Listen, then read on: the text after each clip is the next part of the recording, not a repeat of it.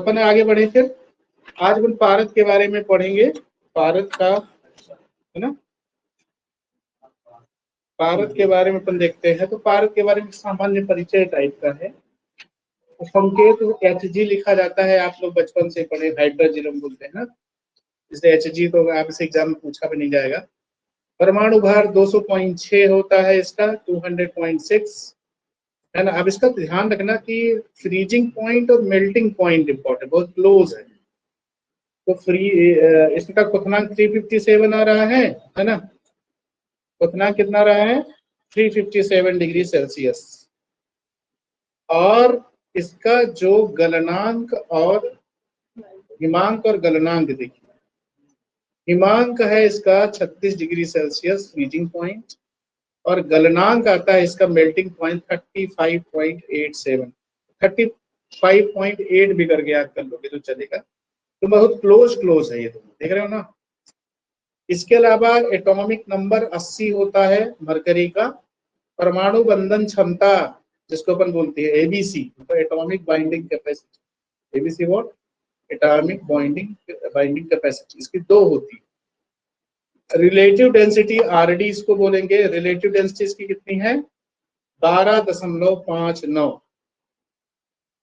और विशिष्ट गुरुत्व इसका होता है 13.5 अपने 13.56। इससे ये पता चलता है कि पानी से 13.5 गुना भारी है। पारद जो होता है पानी से 13.5 गुना भारी है। मतलब अगर 1 लीटर पानी है तो 13.5 पारद होगा, समझ रहे हो ना। तो ये हो गया पारद के 60 से अधिक पर्याय हैं। और पर्याय देखिए, आप लोग अभी से याद करना चालू कर दो, है ना। तुम लोगों को मैं टास्क दिया करूंगा 5-5 पर्याय जो शुरू के हैं, 5-5-5 तो कम पड़ेगा, 10-10 करके याद करो, हम पूछा करेंगे, है ना। तो अभी से आज को याद करने पड़ेगा, उसका कोई रॉकेट साइंस नहीं है ना। तो आप लोग आज से ही शुरू कर दीजिए। पारद के 60 से अधिक पर्याय हैं। विश्व का सर्वाधिक पारद स्पेन में पाया जाता है, जो फुटबॉल के लिए काफी फेमस देश है। अल्माडाइन माइंस है, वहां पे खान है जहां पे सबसे ज्यादा दुनिया का पारा जो होता है वहीं से पाया जाता है। पारद को शिव का शुक्र कहा गया है, और शिव तेज है ना। गौरी तेज किसको कहा? गंधर्व। गौरी तेज देख लेना भाई।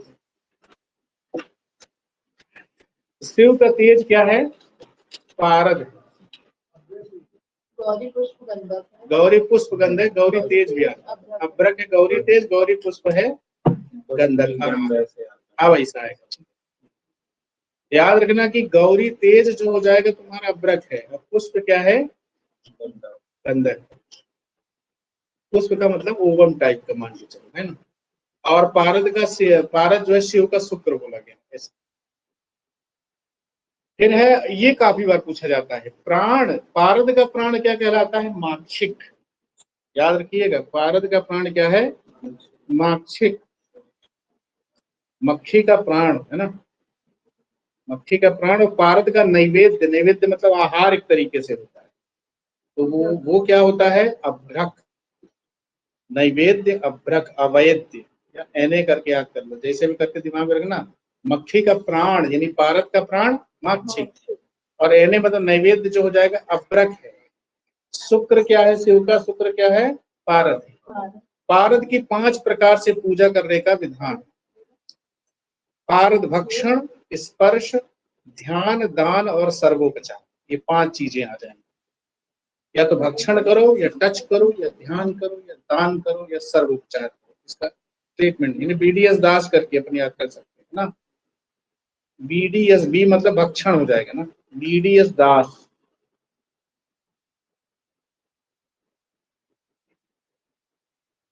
ठीक है ना। ये पंचविध पूजा होगी। पारद पूजा भी 5 प्रकार की है, तो गति भी 5 प्रकार की है। गति देखो पारद की उन्होंने क्या बताया हुआ है कि जल के समान, मल के समान, हंस गति, धूम गति, जीव गति, जो कि अदृश्य। कई बार पूछा गया है कि अदृश्य गति कौन सी है, तो जीव गति। जीव गति जैसे आत्मा की गति होती है। आत्मा किसी ने निकलते हुए देखा है क्या? नहीं देखा, अभी तक तो नहीं देखा, आगे चलते देख लेगा। है ना। तो हालांकि साइंटिस्ट प्रयास में लगे हुए हैं कि हम पता कर लेंगे, है ना, अभी तक तो नहीं हो पाया है, बट क्वांटम फिजिक्स और एआई का जमाना है तो भाई कुछ भी कर लेंगे, कोई भरोसा नहीं है ना। तो जीव गति अदृश्य गति होती है,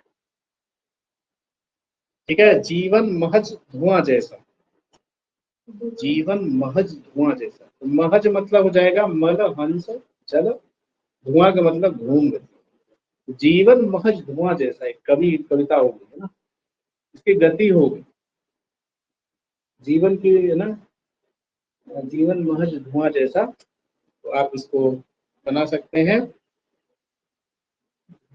फिर है रस के मूर्छित होने पर, है ना, रोग नाशक हो जाता है, यानी कि पारद जब मूर्छित होता है तो रोग नाशक हो जाता है। जैसे आप लोगों ने पढ़ा होगा मूर्छा रोग होता है, मूर्छित होने पर रोग नाशक, है ना, तो मूर्छा रोग ऐसा करके याद कर सकते हैं, है ना।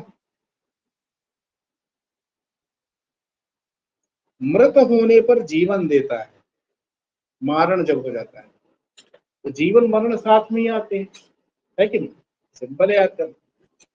और बद्ध होने पर मोक्षदायक होता है, बंद खोलो होता है ना, बंद खोलने का मतलब मोक्ष हो, बंद मतलब जैसे जब तक शरीर से आदमी के प्राण बंधा रहता है तो है मोह माया में पड़ा है, जिस दिन मुक्त हो गया मोक्ष हो गया उसका, समझ रहे हो ना।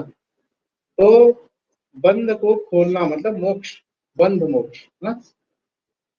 तो छोटी छोटी चीजें हैं इसमें, कई बार पूछने में इसको स्ट्रेस दे रहा हूँ, पूछा ही जाता है, प्राण क्या है, नैवेद्य क्या है, शिव का शुक्र क्या है, गतियां कौन कौन सी है, ठीक है, मूर्छित होने पर क्या करेगा, मृत होने पर क्या करेगा, बद्ध होने पर क्या करेगा, ठीक है ना। इसके बाद रस की 6 शक्तियां होती हैं, जिसमें वज्र वैकांत्र वज्राभ्रक कांत लोह टंकण भूनाल, इनको षट दल कमल में रखकर पूजा करने का विधान है। तो 6 है, कमल के 6 जो दल होते हैं उनमें रख करके पूजा करने का विधान है ना। भीतरी भू काट करके ऐसे आप कर सकते हैं,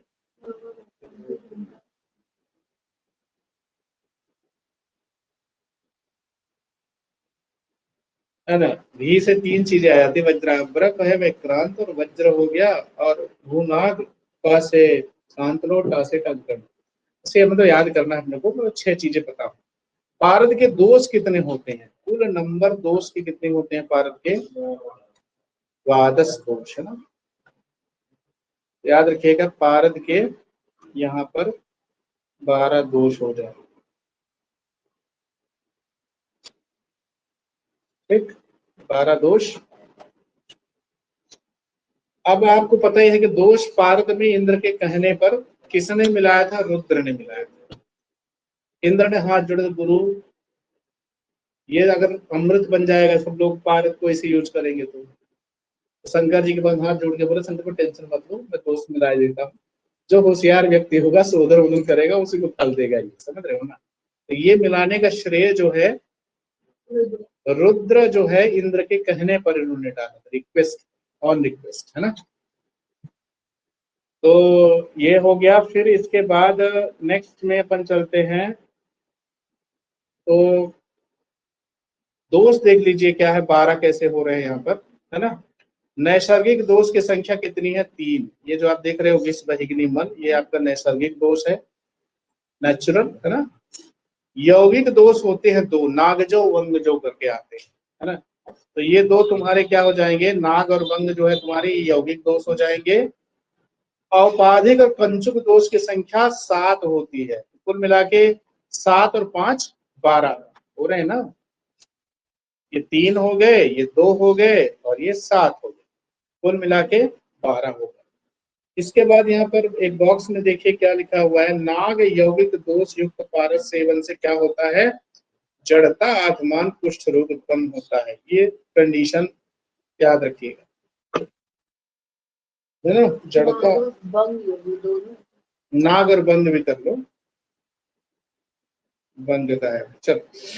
तो नागजो वंगजोपन मतलब ये कौन सा दोष कहलाएगा, यौगिक दोष। यौगिक दोष के सेवन करने से युक्त पार का सेवन करने से जड़ता आत्मान और कुष्ठ हो जाता है।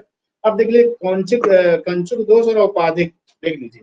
अब यहाँ पर परपटी, पादनी, पाटनी, भेदी, द्रावी, मलकरी, अंधकारी तथा ध्वंसी से करके आता है 7। अगर क्रम से याद करोगे तो सामने वाला जो औपाधिक है इजिली आपको पता चल जाएगा, है ना। तो जैसे परपटी आ गया, परपटी अपन एक कल्पना में पढ़ेंगे, है ना। अब यहाँ वाला गया दोष है कंचुक दोष। तो कंचुक दोष परपटी है, उसके सामने औपाधिक दोष में क्या आ रहा है, भूमिज आ रहा है, ठीक है ना। तो भूमिज है, और अगर इस दोष से युक्त पारद का सेवन किया जाएगा तो कुष्ठ होगा। क्या होगा, कुष्ठ होगा। साइड में लिखते चलिए। हाँ, पाटनी वाले से, पाटनी कंचुक दोष, उसका उपाधि क्या और उसके समक्ष क्या है, गिरिज, भूमिज, गिरिज, वारिज, नागजो, वंगजो। तो जैसे जौ लिखा गया तो 2 आ जाएंगे। नागजो मतलब, जैसे सबसे पहले तो आप ऐसा याद करने के लिए सिंपल सा है कि अब 7 चीजें, परपटी, पाटनी, भेदी, द्रावी और मलकरी, अंधकारी और ध्वांसी, ये 7 चीजें पहले याद कर लो, समझ रहे हो ना। परपटी का भूमिज है, पाटनी का गिरिज है, और ये भेदी का है वारिज। भूमिज, गिरिज, वारिज क्रम से, ठीक है। फिर नागजो, वंगजो, फिर 2-2 जो रहेंगे, 2 नाग के मतलब द्रावी, मलकरी, नागजो, वंगजो में क्या आ जाएगा, अंधकारी और ध्वांसी।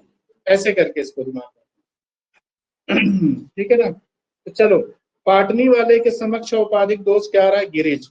सेवन करने का क्या फल होगा, जड़ता। गिरिज दोष से क्या हो रहा है, जड़ता हो रहा है। लिख लो, जड़ता, जाड्यता। और वारिज वाली में आ जाइए, मतलब भेदी के समक्ष है वारिज, इसके सेवन से क्या है, वात विकार उत्पन्न होगा। क्या होगा, वात विकार उत्पन्न होगा, ठीक है ना। द्रावी और मलकरी दोनों के समक्ष औपाधिक भेद क्या रहा है, नागजो,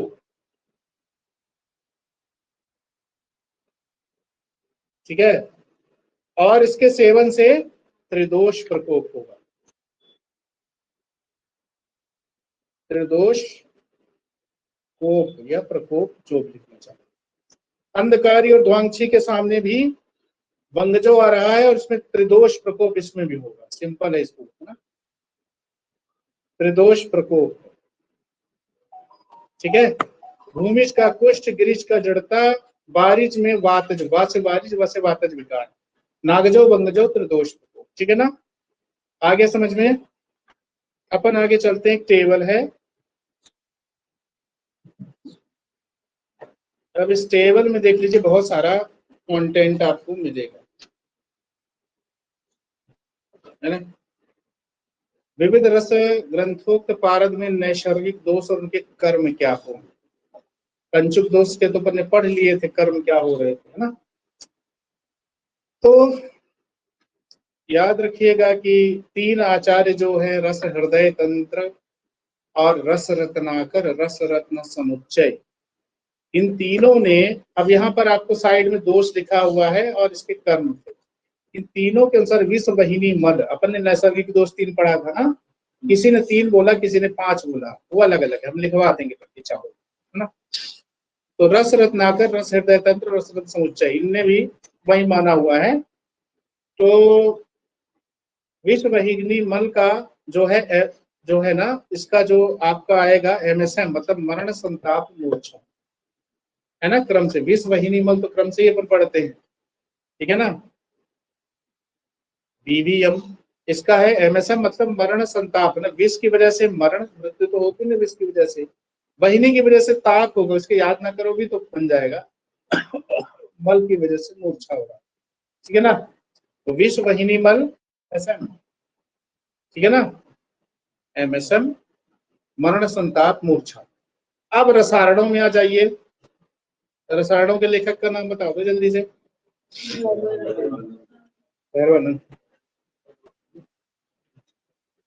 चलिए, तो इसमें देखिए क्या है, रसायनों ने विष वहिनी मल के लिए क्रम से क्या बताया। विष के लिए तो इन्होंने लिखा है विशद, है ना, लक्षण बताया है। वहिनी में बताया कुष्ठ है, वेरी इंपॉर्टेंट। मल के बारे में बताया महोदर, है ना, विक्रम, है ना, विशद, कुष्ठ, महोदर, ऐसा करके याद कर सकते हैं। MSM हो गया और ये विक्रम, रसायन हो गए विक्रम, विक्रम। तो ऐसा करके आप कुछ इसको दिमाग में रख सकते हैं। फिर इसके बाद है रसेंद्र मंगल। रसेंद्र मंगल में वही है, देखिए अब देखिए विषवाहिनी मल तो इन्होंने बताया हुआ है, 3 तो हैं, और तीनों के लक्षण कैसा है, मरण, संताप, मूर्छा, इसमें भी एमएसएम मिल रहा है, सेम टू सेम है ना, सेम टू सेम है जो अपन पहले पढ़ के आए थे। यहाँ पर भी एमएसएम था, ठीक है ना, यहाँ पर भी एमएसएम। यहाँ लेकिन 2 और नहीं आ रहे, चूंकि रसेंद्र मंगल ने नैसर्गिक दोष 5 बताए, तो इसमें चांचल्य और गौरव भी आ जाता है उसमें, है ना, चंचलता होना और भारीपन। तो चांचल्य की वजह से वीर्य नाश हो रहा है और गौरव की वजह से जाड़, है ना, गौरव को जाड़ा लग रहा है और चांचल्य वीर्य चंचल, है ना,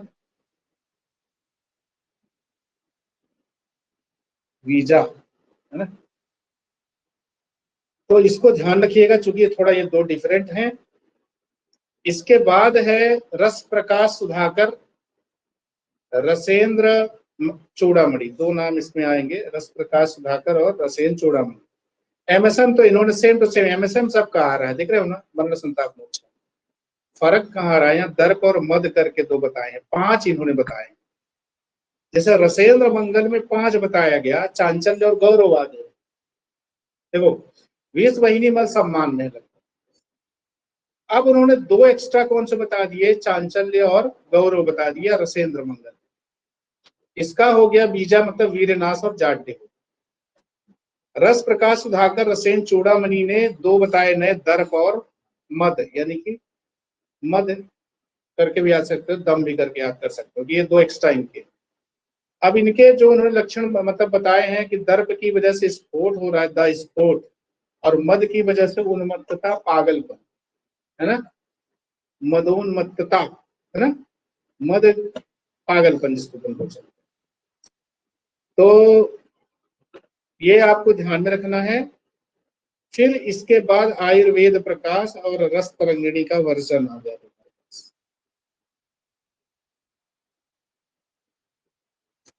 तो इन्होंने देखो क्या है कि विषवाहिनी मल, मल वाले में उन्होंने क्या बताया, वाहिनी रुजा कर दिया है,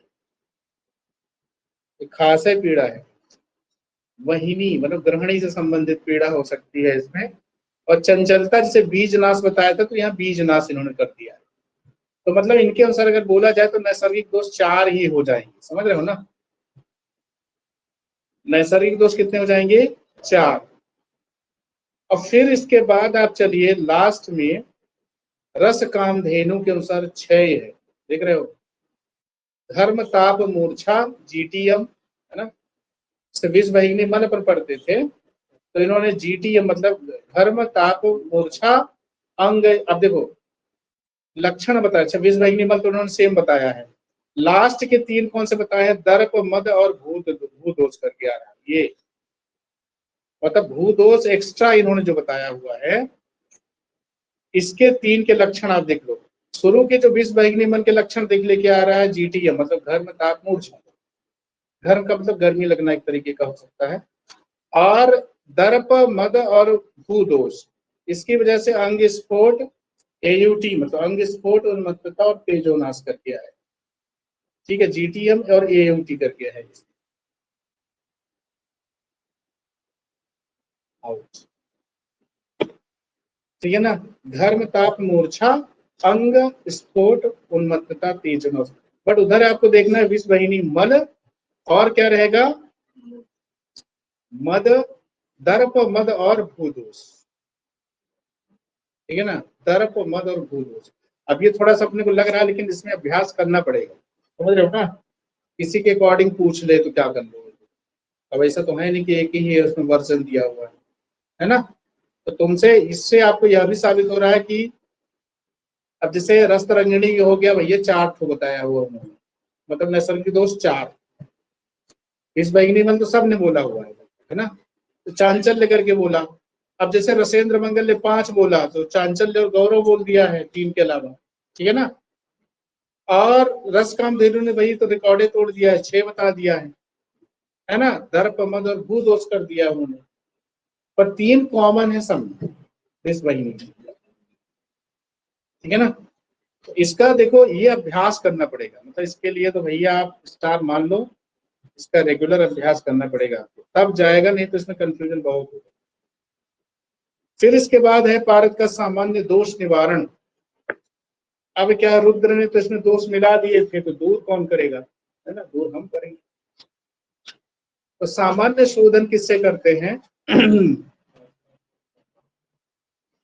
पारद का सामान्य शोधन याद रखिएगा, व्याधि हरण के लिए, मतलब किसी डिसीज को ठीक करना है तो उसके लिए लहसुन और सेंधा हमने किया होगा स्कूल मतलब कॉलेज लाइफ में, लहसुन और सेंधा से करते हैं, है ना, लहसुन और सेंधा से करते हैं। करने को है भले अलग अलग, बट इसके अकॉर्डिंग आप याद कर लो। ठीक है, तो सैल से व्याधि हरण, ठीक है ना। अब यहां से क्वेश्चन ये मान के चलिए कि अक्सर पूछे जाते रहे हैं, मैं बता रहा हूं बात, है ना, काफी इंपॉर्टेंट सेगमेंट है ये। अब सारे आपके समक्ष दोष मिल जाएंगे और उनका निराकरण कैसे कर रहे हैं, ठीक है ना। सबसे पहले आ गया विष दोष, लक्षण अपन ने पढ़ लिया, मरण संताप मूर्छा जो भी XYZ। विष दोष के लिए अब यहाँ कंफ्यूजन बहुत ये होता है कि रस तरंगिणी ने क्या बोला और रस रत्न समुच्चय ने क्या बोला है, ये खासकर शुरू के जो दो आते हैं और बहुत बार एग्जाम में पूछा गया है, ध्यान रखिएगा इसमें। तो देखिए, विष दोष के लिए रस तरंगिणी और रस रत्न समुच्चय को क्रम से दिमाग में रखिएगा। पहले रस तरंगिणी छोटा वर्जन, फिर रस रत्न समुच्चय RT और RRS, है ना। तो रस तरंगिणी त्रिफला से बताता है और रस रत्न समुच्चय ने बोला हुआ है चित्रक से। तीन चित्र हो गए,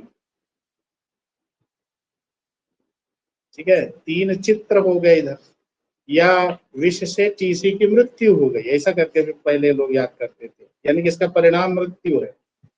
विष से TC की मृत्यु, T से त्रिफला, C से चित्रक। अब उधर आगे वाले में उल्टा हो जाएगा, TC की जगह CT हो जाएगी। वहिनी से CT से, वहिनी है ना, बहिन या बहिन कह दो, बहिन की CT से ताप वृद्धि होगी। TC CT याद रहे ना, T से त्रिफला, C से चित्रक, और उल्टा कर दोगे CT का मतलब चित्रक और त्रिफला, ठीक है ना। और बहिनी दोष से तो इसको इतना याद करने की जरूरत नहीं है ना, मरण संताप मुझसे तो ऐसे पढ़ते, ताप वृद्धि हो रही इधर, यहाँ पर है आपका TC, यहाँ उल्टा कर दो CT। अब मल दोष में आ जाओ, कुमारी स्वरस, दो वर्जन यहाँ पर आ रहे हैं, कुमारी स्वरस और आरगवत फलवंजा रस तरंगिणी ने बताया हुआ, रस रस समुच्चय कुमारी स्वरस और आरगवत फलमज्जा जो है रस तरंगिणी बता रहा है। इसमें क्या है, जड़ता हो जाती है, इसके परिणाम से क्या हो जाएगा, है ना, माला माल होने से कुमारी जड़ हुई, माला माल होने से कुमारी जड़ हो गई, पैसा आ गया, जड़ हो गया, नहीं समझ। नाग दोष देखिए काफी इंपॉर्टेंट है, ग्रह धूम। ग्रह धूम किसको कहते हैं भैया, बताओ जल्दी से।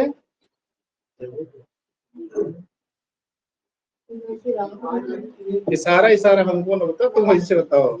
आग लगती है धुआं उठता है, जैसे हाँ रसोई में होता है ना कि जो अपन कन्वेंशनल गांव में अपन होती है ना, तो जो धुआं उठता है और जो चूल्हा होता है ना, तो उसमें जो ऊपर धुआं धुआं स्मोकी स्मोकी हो जाता है ना, वो ग्रह धूम, उसको अपन सूरज के निकाल के यूज करो वैसा ही। तो वो ग्रह धूम है इष्टिका चूर्ण और हरिद्रा चूर्ण। ईंट का चूरा हो गया, ग्रह धूम का चूरा हो गया, चूर्ण हो गया, और हरिद्रा चूर्ण हो जाए, ठीक है। और इसका दोष क्या है, व्रण। तो नाग जो है हाइड किया व्रण में, हाइड मतलब अपन ऐसा कह रहे हैं कि H फॉर हरिद्रा, I फॉर इष्टिका, D फॉर धूम, है ना, लेकिन अगर ग्रह धूम दिमाग में आना चाहिए, ठीक है। तो नाग हाइड कहाँ कर रहा है, व्रण में जाकर,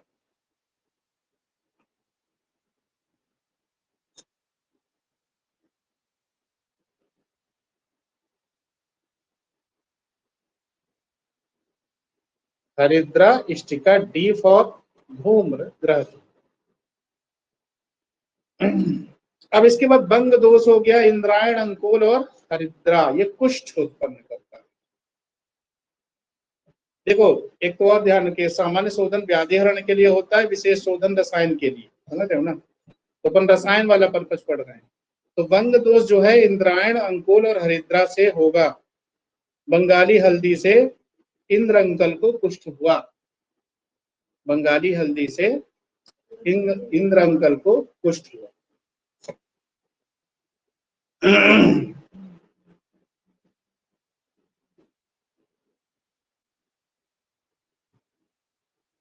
फिर इसके बाद है चापल्य दोष में, देखिए कृष्ण धतूर बीज, काले धतूर का बीज, और इसमें बीज है तो बीज नाश भी हो रहा है, ठीक है ना। तो चापलूस काले धतूर खाकर नष्ट हुए मतलब बीज नाश हो गया, ठीक है ना। तो चापलूस काले धतूर खा के नष्ट हुए।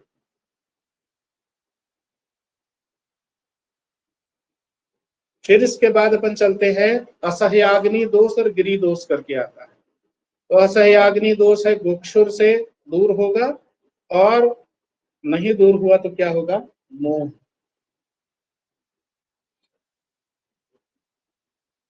अग्नि से गोकुल को मोह, है ना। फिर है गिरी दोष जो है त्रिकटु से है, इसका शोधन करते हैं और नहीं किया तो स्फोट होगा। तो गिरी में 3 स्फोट हुए, विस्फोट हुए, स्फोट हुए। तो गिरी में 3 का मतलब त्रिकटु है, त्रिफला नहीं है, ये चीज ध्यान रखना। क्योंकि 3 आएगा तो तुम्हारे दिमाग में त्रिफला भी आ सकता है, ठीक है ना। गिरी में 3 विस्फोट, गिरी का मतलब जंगल, पर्याय न लिख लेना, नहीं तो दिमाग में आएगा नहीं, गिरी में लिखना, गिरी में 3 विस्फोट। फिर इसके बाद अपन चलते हैं नेक्स्ट में, पारद के 18 संस्कार होते हैं, और हम मनुष्यों में कितने संस्कार होते हैं, 16 संस्कार, ठीक है। पारद हमसे दो संस्कार आगे है, ठीक है। तो वो जब अपन पीडीएफ पढ़ेंगे तो वो संस्कार आएंगे, यहाँ पर इसमें 18 संस्कार। दयानंद, अच्छी दयानंद, है ना। तो मतलब जीवन से लेकर मृत्यु पर्यंत तक सारे संस्कार आएंगे। तो देखिए, तो 8 संस्कार जो है, अष्टविध जो है, शुरू में लिखा है, आप पढ़िए। अष्टविध प्रधान है, शेष 10 पारिभाषिक अर्थ ना होने से कष्ट साध्य। तो 8 शोधन तो क्लियर है कि आपको मतलब करना है, कैसे करना है, सारा चीज शास्त्र में लिखित है। लेकिन 10 जो होते हैं पारिभाषिक, बहुत क्लियर नहीं है इसके बारे में, तो आसानी के साथ इसको कर नहीं पाएंगे, इसलिए इसको क्या बोला गया, कष्ट साध्य बोला गया। और ये क्या है, 8 जो है प्रधान है, प्रमुख है ना। तो अष्ट संस्कार के बारे में एक चीज और बोली जाती है कि, साइड में इधर हम लिख देते हैं, अष्ट संस्कार लिख लीजिए, अष्ट संस्कार क्यों करते हैं।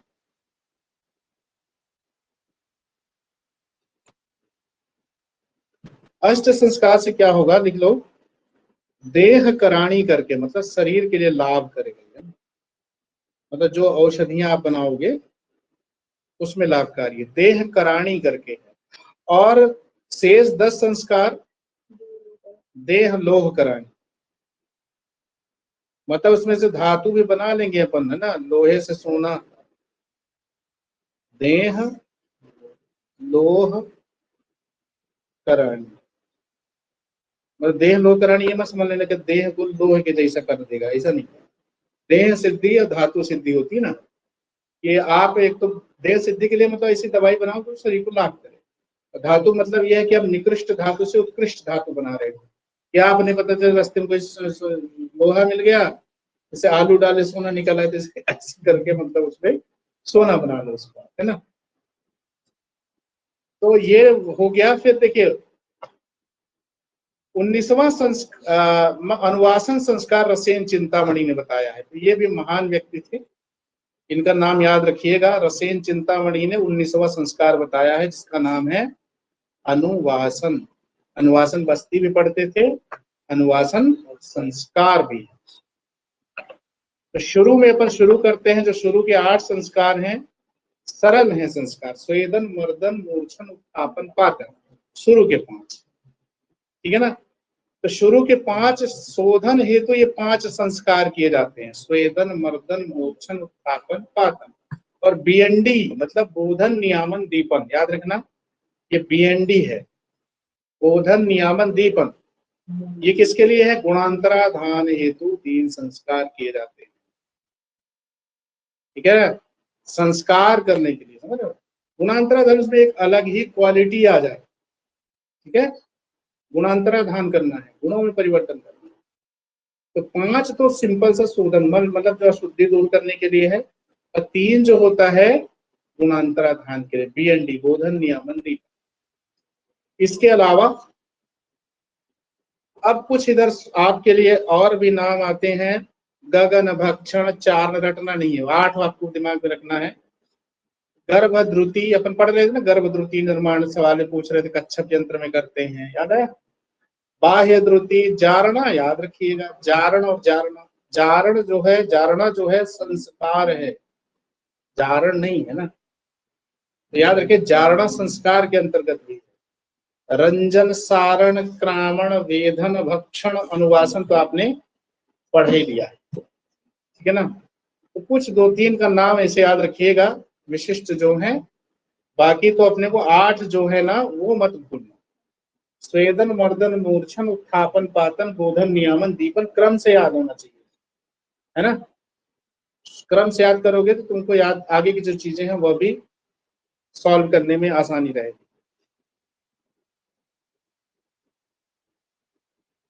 और अगर इसका पूरा ही तुमको याद करना 8 करके, 4 बाग में जाग, रंजना भक्षण करे वेट के अनुसार, 4 बाग में जाग कर रंजना भक्षण करे वेट के अनुसार, ही पूरा तुम्हारा 19 हो जाएंगे। बट इतना मतलब पीजी वालों के लिए तो कर लेना चाहिए, बाकी पीएससी तो 8 मोर देन सफिशिएंट है, इसके बाद नहीं पूछेगा ना। फिर इसके बाद है अष्ट संस्कार के, भैया ये आपको ध्यान में रखना है, यहाँ से खूब क्वेश्चन पूछे गए, है ना। और सब कुछ ही महत्वपूर्ण है, वेरी इंपॉर्टेंट से,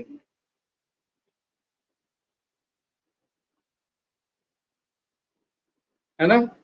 तो सबसे पहले स्वेदन करवाते हैं तो क्या होगा, सिंपल सा, पारद को अपन गर्म करते हैं, उबालते हैं, गर्म करते हैं जो भी, तो इससे लिखा है कि मल शैथिल्य कारकम, जो भी मल उसके अंदर रहते हैं अशुद्धियां वो शिथिल हो जाती है, निकल नहीं रही, लूज हो गई, ढीली हो गई, ठीक है ना।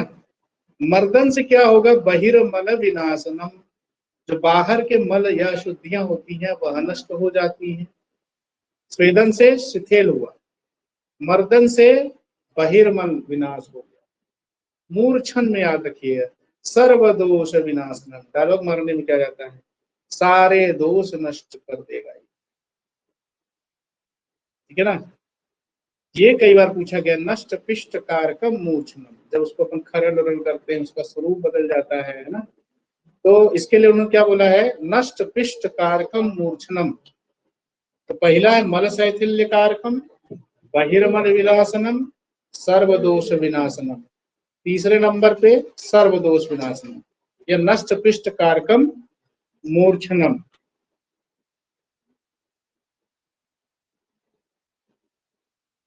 एक और आता है, नागवर्ण भवेत सूतम करके भी आता है ना, नागवर्ण भवेत सूतम,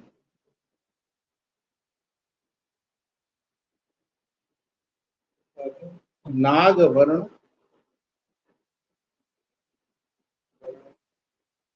भवेत सूतम, सूत मतलब पारद को बोलते हैं ना, पारद जो होता है नाग के वर्ण का हो जाता है,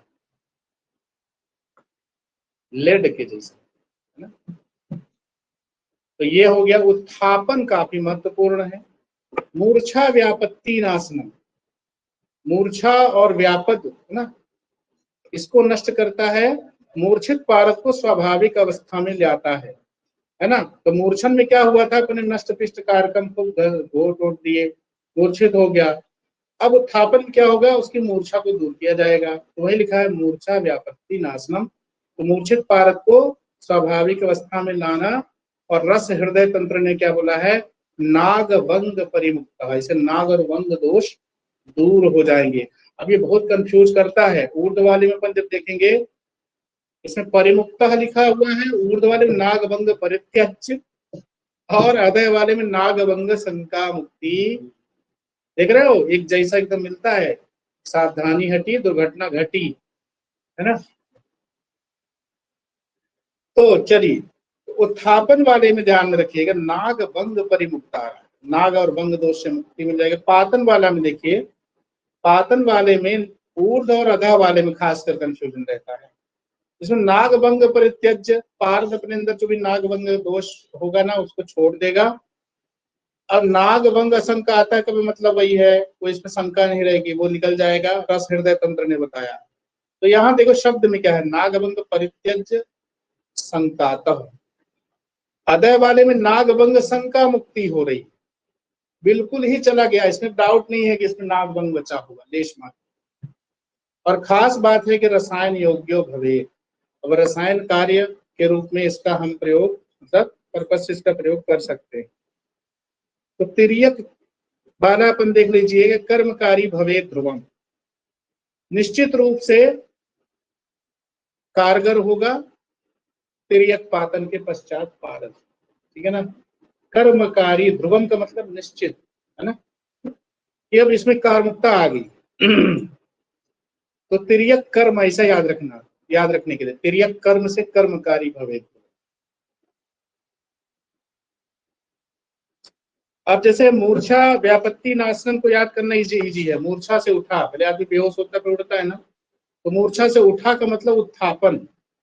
अब मूर्छा आ गया तो मूर्छा व्यापत्ति नाशनम, ऐसा करके दिमाग में तुम्हारे आएगा, ठीक है ना। तो मूर्छा से उठना बेहोशी से, तो मूर्छा व्यापत्ति नाशनम।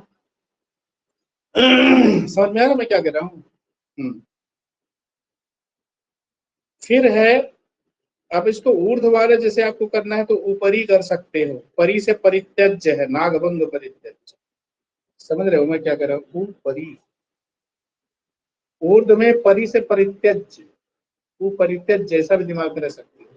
तो नागभंग परित्यज, और अधः वाली में क्या है तुम्हारा, आशंका, अधः शंका आशंका, तो शंका मुक्ति, है ना। और देखो डिकोड तो करना पड़ेगा अपने, उन्हें काम चलेगा नहीं सीधा सीधा इसे आपको। ऊपर ही आएगा तो कम से कम तो दिमाग में चलेगा तुम्हारे के नागभंग परित्यज तो है।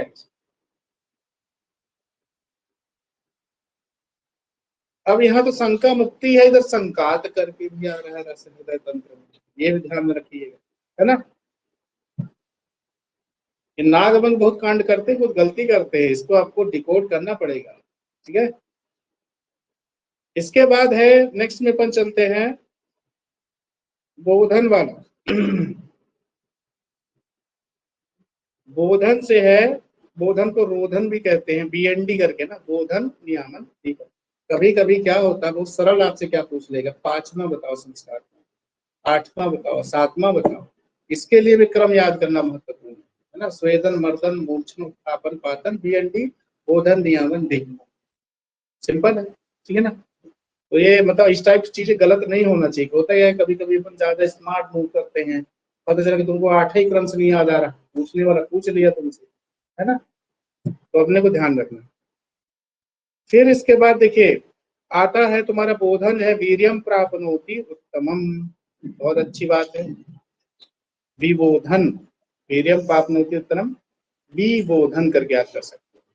वी से वीर्यम प्राप्नोति उत्तमम, मतलब तुम्हारा स्टार्टिंग पता चल जाए कि वीर्यम से शुरू हो रहा है। वीर्यम प्राप्नोति उत्तमम का मतलब यह है कि पारद नपुंसकता को दूर कर उसे वीर्यवान या बलवान बनाया जाता है। And the very important point is महामुख करह।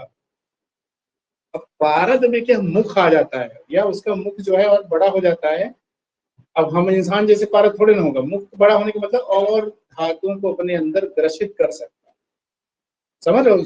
पारद जो है ना, लोहा चांदी तांबा जो भी है सबको अपने अंदर समाहित कर लेगा। तो जब मुख उसका बनेगा तब ना होगा, एक काल्पनिक मुख, वैसा कोई मुख नहीं बन रहा है, ठीक है ना। इसलिए उन्होंने बोला कि महामुख कर, ठीक है ना, महान विबोधन। चल, फिर इसके बाद है नियमन, क्योंकि पारद में चंचलता कूट कूट के भरी हुई है ना। कभी आपने अगर पारद का शोधन वोधन किया होगा तो कितना मजा आया होगा, पता ही चला होगा कैसे निकल जाता है इधर। तो इस चपल मतलब चपलत्व के निवारण के लिए कौन सा संस्कार किया जाता है? नियमन। नियमन मतलब नियंत्रित करने वाला संस्कार, ठीक है ना। चपल निवृत्ति, दीपन आता है लास्ट में। बोधन और दीपन में लोग खूब कंफ्यूज रहते हैं, ठीक है ना। अब जैसे मान लो महामुकर आए तो लोगों को दिमाग दीपना चलेगा, अच्छा लॉजिक तो लगा देंगे, महामुकर मतलब धातु को ग्रसित करेगा, दीपन को लगाएंगे, अरे जब उसकी जठराग्नि बढ़ेगी तब तो ऐसा होगा ना। यह लॉजिक ज्यादा नहीं लगाने का है ना। तो यह दीपन का मतलब यहाँ देखो, ग्रासार्थी जायते सूता, पारद की क्या होती, भूख बढ़ जाती, क्या है, क्षुधा वृद्धि हो जाएगी, ये अब हमको चाहिए कुछ न कुछ धातु हमारे अंदर डालो, है ना। तो उसकी भूख बढ़ जाएगी। और दीपनम वीर तेज वृद्धि, और दीपन संस्कार की वजह से तेज की वृद्धि हो जाती है, पोटेंसी बढ़ जाएगी, समझ रहे हो ना। तो ये काफी इंपॉर्टेंट है कि दीपन की वजह से पारद ग्रासार्थी हो जाता है और वीर और तेज की वृद्धि हो जाती है। नियमन से चपल निवृत्ति होगी, बोधन से वीर्यम प्राप्नोति उत्तमम, वीर्यवान बन जाता है, नपुंसकता दूर हो जाती है। द वेरी इंपॉर्टेंट थिंग महामुक्कर है, इसको भूलना मत। महामुक्कर है कहां से, ठीक है ना। महामुख करह का संबंध किससे है? बोधन या रोधन से है, ठीक। फिर इसके उपरांत अपन चलते हैं, कुछ इंपॉर्टेंट चीजें हैं, अष्ट संस्कार और उनके यंत्र। आठों संस्कार के लिए अलग अलग यंत्रों का प्रयोग करते हैं। तो अपन इसको ऐसे याद कर लेते थे, अगर आपको क्रम से याद है तो दौलत से तपते तपते ऊपर गई वल्लभी, फिर भी ऊपर नीचे घट में दौलत दौलत करते लोग, इतने में खत्म। तो मतलब ऐसे याद किए तुम लोग, कैसे याद किए तुम लोग, हो सकता है कुछ अलग है पोर्शन। तो इसको याद करने का मतलब हमारा ये कि अगर आपको 8 चीजें क्रम से पता है, आपको यंत्र याद करना है, तो एक कहानी मतलब एक कविता है। कविता ऐसा है कि क्या था कविता, दौलत से तपते तपते ऊपर गई वल्लभी। अब इसको देखते चलो, दौलत मतलब दोला यंत्र, तपते तपते का मतलब तब तक खल्व यंत्र, तब तक खल्व यंत्र, समझ रहे हो। लिखते भी चलो, दौलत से तपते तपते ऊपर गई वल्लभी। वल्लभी मतलब किसी का नाम हो गया, है ना। मतलब ये पैसे रुपए के लिए पीछे पड़ते पड़ते ऊपर लोग चले गए। ऊपर गई वल्लभी, अपन यहाँ तक देखे, ऊपर गई मतलब ऊर्ध्वपातन यंत्र उत्थापन, और वल्लभी मतलब वल्लभी यंत्र का प्रयोग किया गया। ऊपर गई वल्लभी ये हो गया, है ना। फिर क्या था, फिर भी ऊपर नीचे तिर्यक घट में दौलत दौलत करते लोग, फिर भी ऊपर नीचे तिर्यक मतलब ऊर्ध्व तिर्यक पात, ऊपर नीचे तिर्यक खट में दौलत दौलत करते लोग।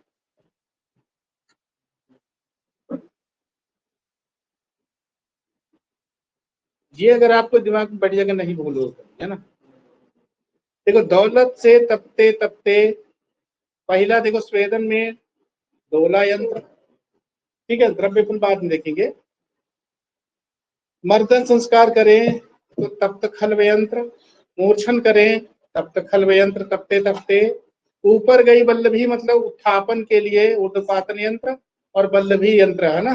देख रहे हो ना, वल्लभी ये कई बार पूछा गया है, वल्लभी यंत्र का प्रयोग किया जाता है।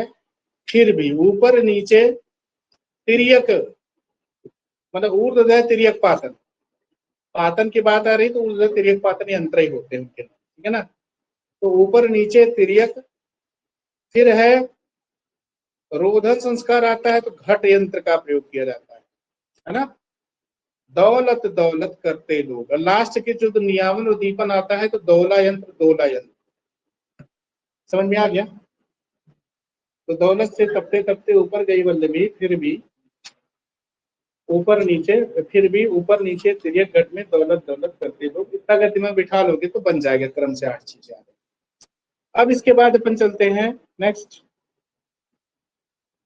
नेक्स्ट में यह है कि दोला यंत्र में अपन करते हैं संस्कार, लेकिन क्षाराम्ल द्रव्यों का प्रयोग किया जाता है।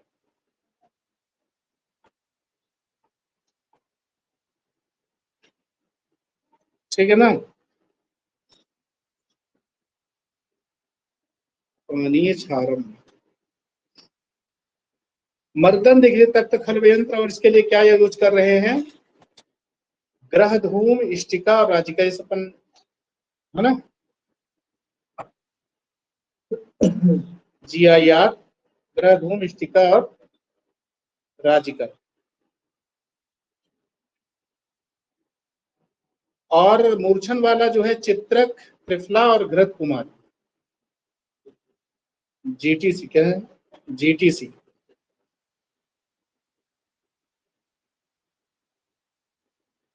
GTC है कि घृत कुमारी, T से त्रिफला, C से चित्रक। वल्लभी अपन ने पढ़े याद, ये कई बार एग्जाम में पूछा गया है ना, कि उत्थापन के लिए भैया वल्लभी यंत्र का प्रयोग कहाँ करते हैं। हालांकि अपन पीछे पढ़ा थे बल का उत्थापन, याद हो तो, है ना। ऊर्ध्व त्रिक पातन में कुछ नहीं, रोधन वाला जो है घट, घट यंत्र का प्रयोग है, आपके ट्रिक में आ जाता है। ऊपर नीचे तिर्यक घट में दौलत दौलत करते लोग, है ना। तो घट यंत्र का संबंध है इसमें रोधन संस्कार से, ठीक है ना।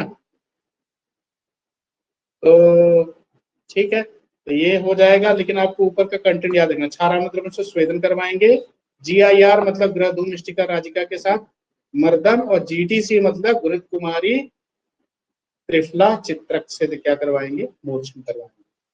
फिर इसके बाद अन्य महत्वपूर्ण बिंदु पारस से संबंधित, जो संस्कार से संबंधित है, तो इसमें है मूर्छन, एक शब्द आता है, देखिए टर्म आता है मूर्छन के लिए। देखिए क्या रहा यहाँ पे, तृतीय संस्कार, स्वेदन मर्दन मूर्छन पढ़ किया है, तृतीय संस्कार है। और इससे होता क्या है, नैसर्गिक दोष दूर होते हैं, विश्व निकल वाला है ना। और याद रखिएगा कि इसके प्रयोग से, मतलब इसका अभ्यांतर प्रयोग संभव नहीं है। तुम सोचो कि मोचन संस्कार करवा के हम कोई दवाई बना लेंगे इंटरनल यूज के लिए, वो नहीं कर सकते। लेकिन दूसरा टर्म होता है मूर्छना। मूर्छन और मूर्छना में अंतर, एक आपसे कई बार वाइवा में पूछ लेते हैं, बड़ी बड़ी एग्जाम में जाओगे भैया क्या अंतर, समझ रहे हो। तो मूर्छना क्या होता है, व्याधि नाशक गुण उत्पन्न करना मूर्छना कहलाता है। और इससे क्या होता है याद रखिएगा, इसमें अभ्यांतर प्रयोग संभव है, इंटरनल यूज किया जा सकता है।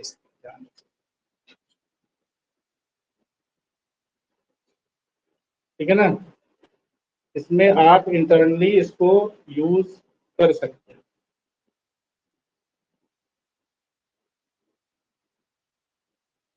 तो इसको याद रखिएगा, छन छना के बाहर अंदर आओ, छन छना के, मूर्छन मूर्छना, बाहर से अंदर आओ।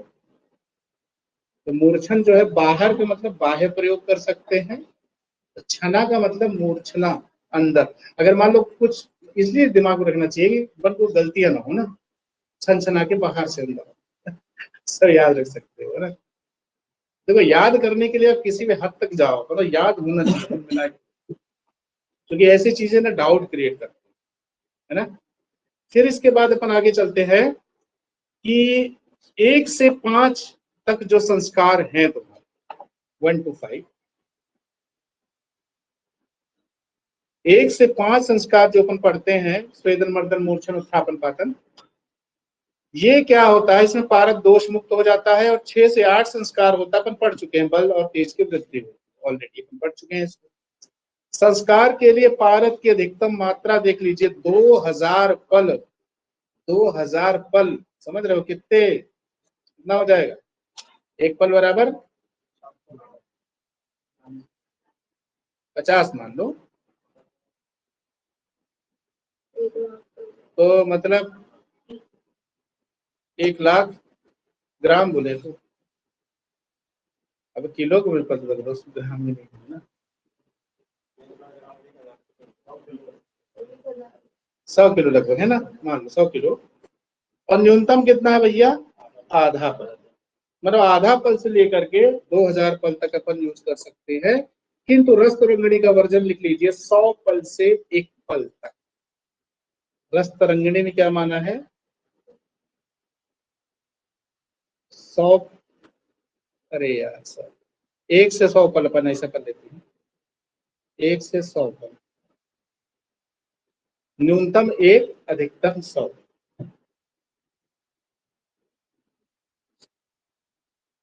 इसके बाद पारद सेवन काल में विबंध होने में, सब क्वेश्चन आए हुए हैं, अगर किसी को विबंध हो जाए, कॉन्स्टिपेशन जैसे सिचुएशन डेवलप हो जाए, तो भैया क्या यूज करोगे, हरितकी और पिप्पली। विबंध में पीएच, विबंध को पीएच से दूर करो, मतलब पिप्पली और हरितकी से दूर करो, ठीक है ना।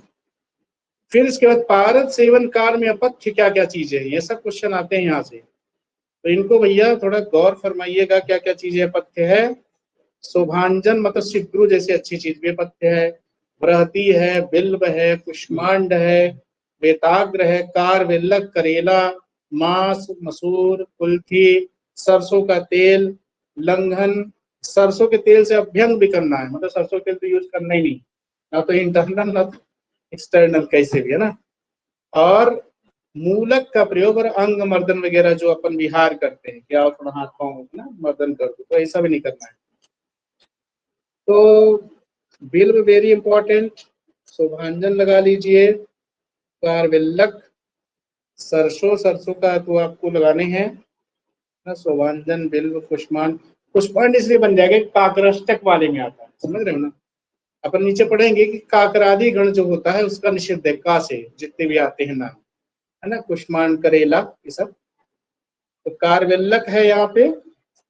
और कुल्थी तो जानते हो अपन कई जगह देखे हैं कि निषिद्ध है, शिलाजीत वगैरह में। सरसों का तेल, लंघन भी इसमें निषिद्ध है, मतलब खाली पेट नहीं रहना है ना। और अंग मर्दन वगैरह। और ट्रिक के फॉर्म में अगर याद करना हो तो मसूर कुसुमाकर विक्रम बेताल के कुल की शोभा बढ़ाए, मसूर कुसुमाकर विक्रम बेताल के कुल की शोभा बढ़ाए, ठीक है। और मूसल से अंग मर्द, बाकी जो चीज हमने बताई है तो उसको ध्यान रखना, ठीक है ना। इसके बाद पारद सेवन काल में ध्यान में रखिएगा काकरादि गण या काकराष्टक जो होता है, काकरादि गण ये निषिद्ध है। कुष्मांड, करेला, ये सब ऐसे नाम से आते हैं, तो इनका प्रयोग नहीं करना। का नाम वाली चीजें समझ में आए ना, का नाम वाली चीज यूज नहीं करना, खा वाली कर लेना, खरबूजा और भूजा। चलो, फिर इसके बाद है पारद की पूर्णतः शुद्धि के लिए शून्य आसवन, ये क्वेश्चन आया हुआ है, वैक्यूम डिस्टिलेशन जिसको बोलते हैं। तो शून्य आसवन या विद्युत विश्लेषण, इलेक्ट्रोलाइसिस, है ना, इसका प्रयोग करते हैं। कैथोड एनोड वाला है तो पॉजिटिव की तरफ जाएगा, निगेटिव की तरफ जाएगा, तो ऐसे करके शोधन कर लेते हैं, है ना। तो विद्युत विश्लेषण और शून्य आसवन विधि का प्रयोग करेंगे। पारद भस्म निर्माण के लिए अपन ने पढ़ा था कपोत भक्षी पारद, याद आ रहा ना, कपोत पुट का प्रयोग करते हैं, ठीक है ना। सृष्टि अंबुज एक टर्म आता है, याद रखिएगा, ये काफी इंपॉर्टेंट है। सृष्टि अंबुज में 4 चीजें होती हैं, एक मूत्र है, एक शुक्र है, एक सोनित है, एक सैंधव, ठीक है। MS3 या बस से सृष्टि। बी से क्या हो जाएगा, यहाँ पे ध्यान रखना है, लेकिन बी से ब्लड, मतलब यूरिन। और एस फॉर क्या हो जाएगा, सीमेन। बस से सृष्टि, से सैंधव, PUS ब्लड, यूरिन, सीमेन, से सैंधव, सृष्टि। तो बस से सृष्टि, ये ऐसा दिमाग में रख सकते हैं।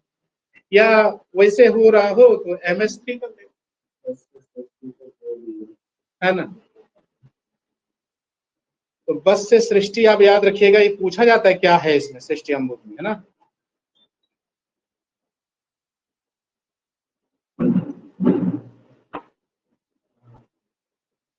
चलिए तो देखिए, तो सृष्टि अम्बुज के साथ पारद का बोधन, ध्यान रखना कौन संस्कार की बात कर रहे हैं।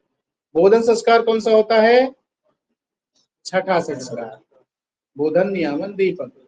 तो बोधन संस्कार कर लेने से पारद में मुख उत्पन्न हो जाता, महामुख कर अपन पढ़े थे ना, और पारद वीर्यवान हो जाता है। तो देखो सृष्टि अम्बुज का प्रयोग किसके लिए कर रहे हैं, महामुख करण के लिए कर रहे हैं, समझ रहे हो ना। तो छठे संस्कार में इसका प्रयोग किया जाएगा। हिंगुल का विघटन 620 डिग्री सेल्सियस पर होता है। हिंगुल से पारद कितने डिग्री पर प्राप्त होता है, 650 से 700। अपन आगे पढ़ेंगे, खनिज है हिंगुल, है ना। बहुत सारे ऐसे खनिज आएंगे पारद के, गलत रॉक पे दुनिया भर के आएंगे। तो इसमें ये थोड़ा सा याद रखिएगा, 620 डिग्री पर हिंगुल डिसोसिएट होगा, टूटेगा। और पारद कब निकलेगा, जब 650 से 700 डिग्री सेल्सियस टेम्परेचर। पारद प्रयोग का निषेध बताया है कि ना योज्यो मरमाणी छिन्ने नाचा छार अग्नि दग्ध्यो। मान लीजिए किसी कोई मर्म में कट गया है, कोई मर्म में छेदन वेदन हो गया है और छार अग्नि दग्ध का प्रयोग हुआ है या छार अग्नि दग्ध हुआ है, वहां पे आपको पारद का प्रयोग नहीं करना, ठीक है ना, नेवर एवर यूज। फिर रसलिंग के बारे में आता है कि रसलिंग देख लीजिए कि 3 निष्क यानी कि 12 मासा स्वर्ण पत्र लेना, आजकल सोना बहुत महंगा हो गया है कि नहीं, 12 ग्राम सोना अगर आप लोगे तो महंगा ही हो गया है ना। फिर इसके बाद 9 निष्क क्या लेना है अपने को, पारद देना, मतलब सोने से 3 गुना पारद दे रहे, 1:3 का रेशियो, है ना। तो फिर इसके बाद इसको क्या करना है, नींबू सरस के साथ मर्दन करना है पारद में सोने, और दोला यंत्र में पाक करेंगे तो रसलिंग बनता है, ठीक है। रसलिंग जो है 93 पास करके याद कर सकते हो, 93 पास, पारद और 100 से सोना, 9 निष्क पारद और 3 निष्क सोन, ठीक है ना। और नींबू सुरस का मर्दन, यानी भावना किसकी दी गई, नींबू सुरस। यंत्र कौन सा प्रयोग किया गया, दोला यंत्र।